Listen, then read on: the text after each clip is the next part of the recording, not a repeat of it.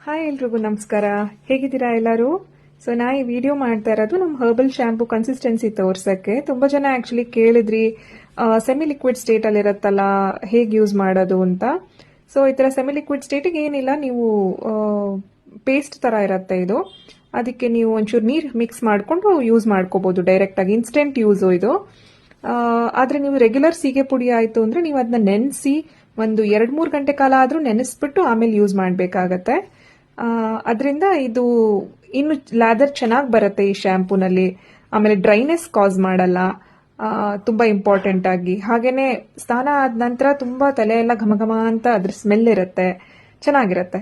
ಹಾಗೆ ಇದು ಸೀಗೆ ಪುಡಿ, ಆಮೇಲೆ ಅಂಟುವಾಳದ ಕಾಯಿ, ಮೆಂತ್ಯ, ದಾಸವಾಳ, ವೆಟಿವರ್ ಅಂತ ಅಂತಾರಲ್ಲ ಅದು, ಲಾವಂಚ, ಆಮೇಲೆ ರೋಸ್, ಆಮೇಲೆ ಅರುಪ್ಪು, ಇದೆಲ್ಲ ಹಾಕಿ ಮಾಡಿರೋಂಥ ಸೀಗೆ ಪುಡಿಯಿಂದ ಮಾಡಿರೋ ಶ್ಯಾಂಪೂ ಇದು.